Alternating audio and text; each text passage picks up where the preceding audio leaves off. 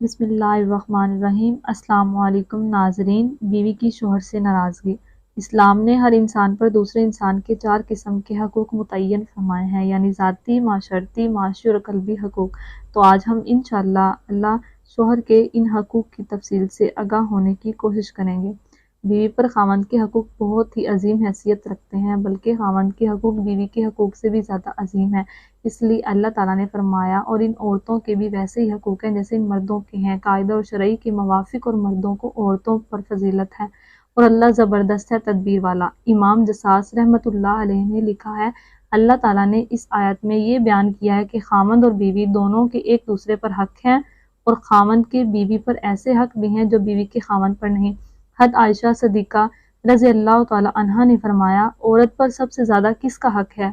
حضور پاک صلی اللہ علیہ وآلہ وسلم نے فرمایا، شوہر کا۔ پھر میں نے عرض کیا، مرد پر سب سے زیادہ کس کا حق ہے؟ آپ صلی اللہ علیہ وآلہ وسلم نے ارشاد فرمایا، اس کی ماں کا۔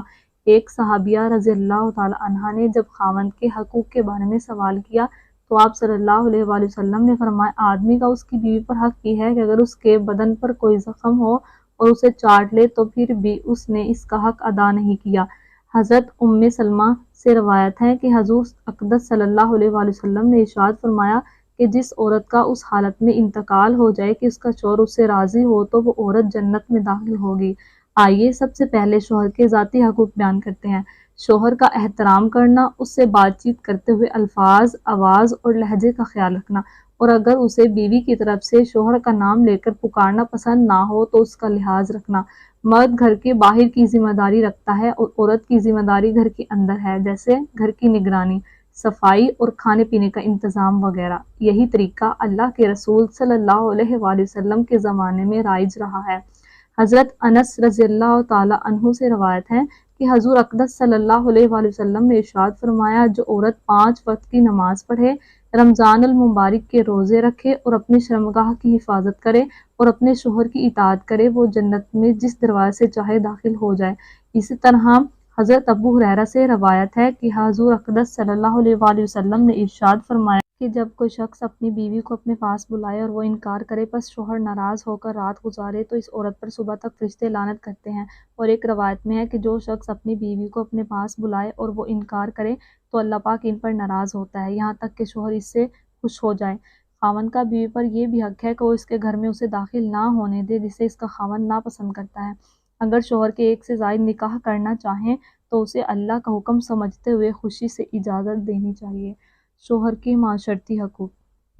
تمام رشتوں اور تعلقات کے ہر جائز معاملے میں شوہر کو ترجیح دینا، اس کے ماں باپ سے، خصوصاً ماں سے، اپنے حقیقی ماں باپ کی طرح حسن سلوک اختیار کرنا، کیونکہ مرد پر سب سے زیادہ حق اس کی ماں کا ہے، جبکہ عورت پر سب سے زیادہ حق اس کے شوہر کا ہے۔ شوہر کے ماں باپ یا دوسرے اعضاء کی طرف سے اگر اسے کوئی تکلیف پہنچے تو اس کا شوہر کو طعنہ نہ دینا کہ وہ تو ایسے ہے، ایسے اور ایسے ہے۔ اس کی طرح شوہر کی طرف سے پہنچنے والی ناگواری کی وجہ سے اس کوستے ہوئے اس کے والدین وغیرہ کو درمیان میں داخل نہ کرنا، مثلاً تم بھی ایسے ہو اور تمہارا فلاں اور فلاں بھی ایسا ہے۔ شوہر کو بلا وجہ اس کے ماں باپ اور گھرانے سے الگ ہو جانے کے لیے اصرار نہ کرنا۔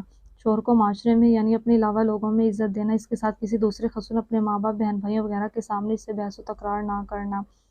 شوہر کے معاشی حقوق۔ شوہر کی آمدن اور گھر بار کے دیگر وسائل سے زیادہ اس سے مطالبے نہ کرنا، اس کے مال کی حفاظت کرنا، اس طرح ضرورت کے کاموں میں بھی فضول خرچی نہ کرنا، بلکہ کفایت شارع کو اختیار کرنا۔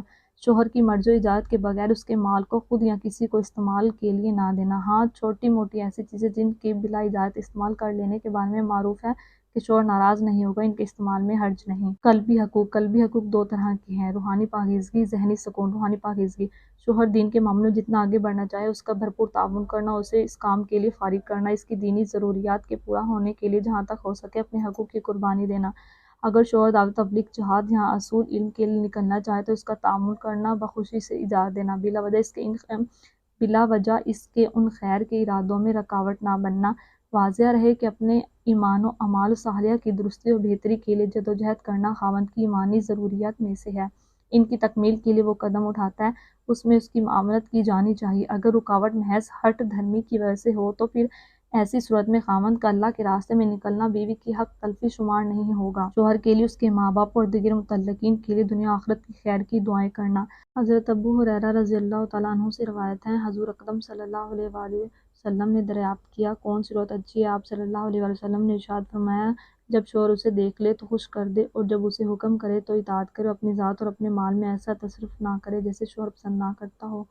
ذہنی سکون: بیوی کو چاہیے کہ شوہر کے قول و فعل پر اعتماد کرے، بالوجہ کسی شک و شبہ میں نہ پڑے، اپنے آپ کو شوہر کی نظروں میں حقیقتاً قابل اعتماد بنانے کی کوشش کرتے رہنا، اس کے سامنے بلا ضرورت غیر مردوں یا غیر عورتوں کے حسن و جمال کے تذکرے نہ کرنا، اپنی بد زبانی اور کسی بھی قسم کی اعزار ثانیوں سے اسے محفوظ رکھنا۔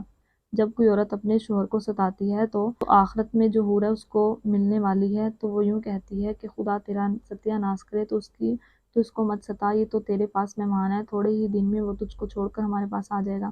یہ کوشش کرنا کہ گھریلو معاملات شوہر کے گھر آنے سے پہلے خود ہی نپٹا لیے جائیں۔ شوہر کے گھر آتے اسے مسکرا کر سلام کر کے ملنا، مشقت نہ ہو تو کھڑے ہو کر اس کا استقبال کرنا، پانی کا پوچھنا وغیرہ۔ ذہنی سکون: بیوی کو چاہیے کہ شوہر کے قول و فعل پر اعتماد کرے، بلا وجہ کسی شک و شبہ میں نہ پڑے، اپنے آپ کو شوہر کی نظروں میں حقیقتاً قابل اعتماد بنانے کی کوشش کرتے رہنا، اس کی تکالیف اور مشقتوں میں اس کو تسلی دینا، حد الوسع اس کے ساتھ تعاون کرنا، اس کا مشکور رکھنا، اس کے سامنے بلا ضرورت غیر مردوں یا غیر عورتوں کے حسن و جمال کے تذکرے نہ کرنا، گھر میں ہو یا باہر اپنی عزت و عصمت کی حفاظت اور دیگر احکام اسلام پر خود اعتماد سے عمل کرنے کے ساتھ ساتھ بچوں اور ان کی محنت کے ذریعے شوہر کو